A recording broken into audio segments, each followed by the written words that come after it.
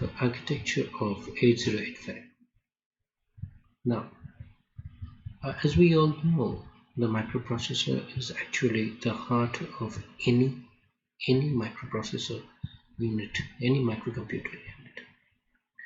And 8085 was the most popular, and it is still widely studied microprocessor architecture. It is an 8-bit microprocessor. It is basically having 80 basic instructions and 246 operational codes, and there are 10 hidden operational codes as well.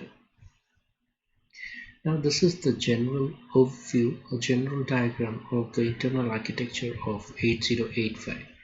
Here we can see it's having an 8-bit internal bus with certain general purpose registers, special purpose registers, address buffer, address data buffer.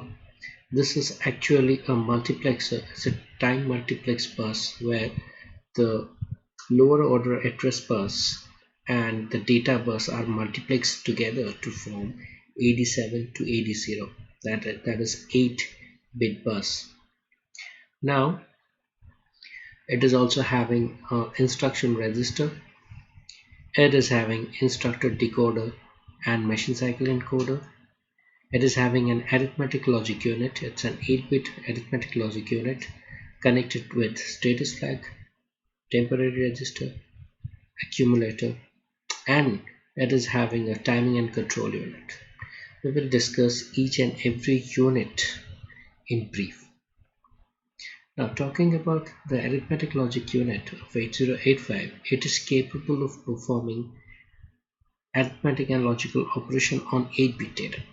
The arithmetic operations that it can perform is addition, subtraction using 2's complement method, increment, and decrement. The logical operations, which are bitwise logical operations, are logical AND, logical OR, logical NOT, logical exclusive OR operation, left shift, rotate right, rotate left, and clear. Now, talking about the accumulator, it is also known as the scratchpad register of 8085. It is connected and associated with ALU of the 8085 along with temporary register and status flag.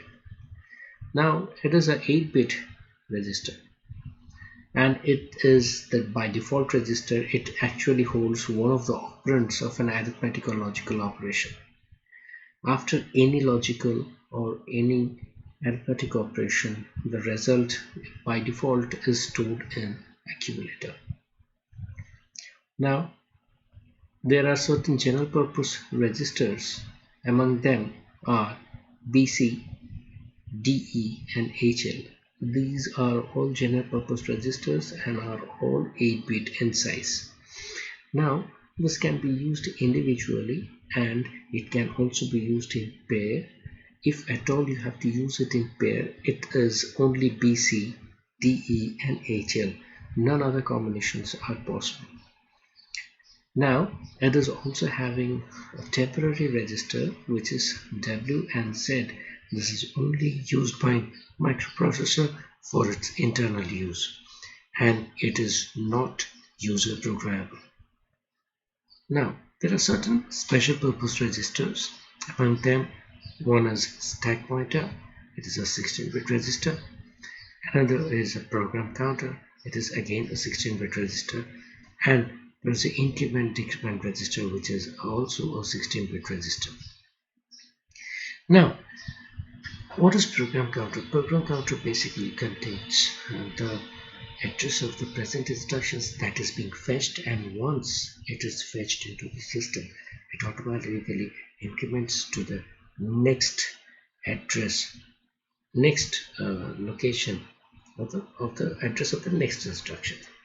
Now SP is the stack pointer register. It always points to the top of the stack and holds the memory of the location of the stack. Now stack pointer register is basically can be used by us and also it is used by microprocessor for its own purpose. It basically stores the return address whenever a called instruction is encountered. Now let's move on to the increment and decrement address latch. It is used for incrementing the program counter content for every fed cycle. Now let us move on to the flag registers. Among the flag registers, we have 5 flag registers. One is sign, another one is 0, another one is auxiliary carry, another one is parity flag and carry flag. Now, talking about the sign flag has its significance only when a signed arithmetic operation is carried out. Now, in the signed arithmetic operation, the most significant bit is reserved for sign bit. The rest of the bits are used to determine the magnitude. Now, after the execution of a signed arithmetic operation, the sign flag acquires the value of MSB. You can see it here. Suppose after any operation we have a value here and a 1 here, means the result is negative, and 1 will be directly copied into the flag register at the position of S. Here 1 signifies that the result is negative. Now supposing we have a 0 here. Now the 0 means the result is positive and it will be directly copied to the flag register. Now let's move on to the 0 flag.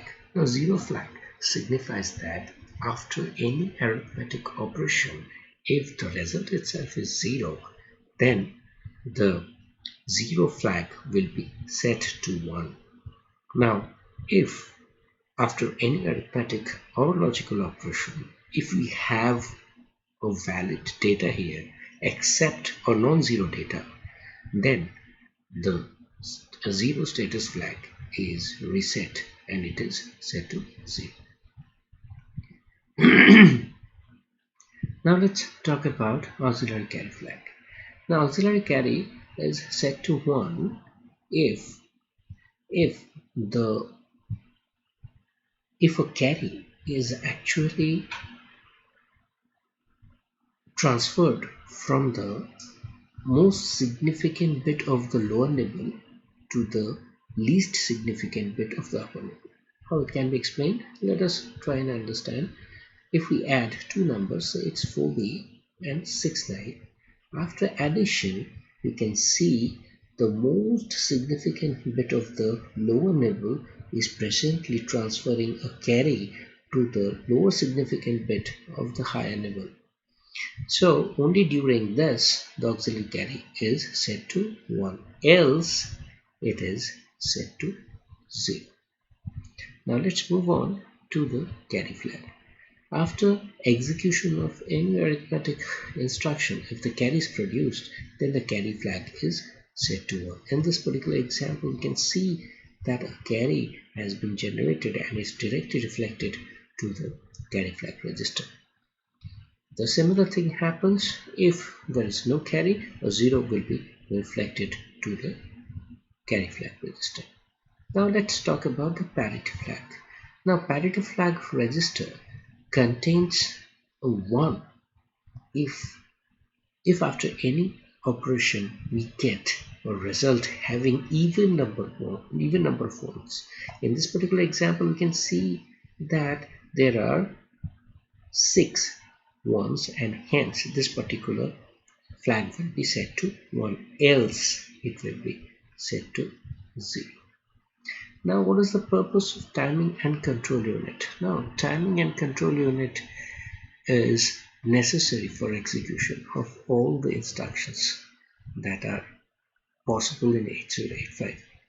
Now in 8085 we are having a hardwired control unit. That means all the instructions are defined inside the control unit. So whenever the microprocessor encounters an operational code, it actually decodes the operational code out of 56 possible operational codes, and it activates that particular circuit which is meant for that particular instruction and generates all the related control signals to control or to execute, or which is necessary for the execution of the instruction. It is also responsible for generation of such control signals like read and write for the interfacing purpose. Instruction register and decoding. The instruction register actually holds the instruction or the operational code for a finite amount of time so that the decoder can perform its operation. Instruction register is again a 8-bit register and it is not accessible by the programmer. Now there are interrupt controllers, and 8085 has 5 external hardware interrupts, namely TRAP, INTR, RST 5.5, RST 6.5 and RST 7.5. Among this, TRAP is having the highest priority and the lowest priority is INTR. Now this can be used to temporarily interrupt the microprocessor to perform certain work. We will discuss that when we will take up the interrupts for 8085. Serial I/O control. Now there are 2 pins which are used for serial data communication. One of the pin is actually serial data out pin. That means it can be used to take out data serially from that particular pin, and another pin SID is used to transmit data into the microprocessor from the outside world in serial fashion. So in this particular lecture we have understood the basics of the architecture of 8085 and have discussed all the blocks in brief. Hope you have enjoyed the lecture. Thank you very much.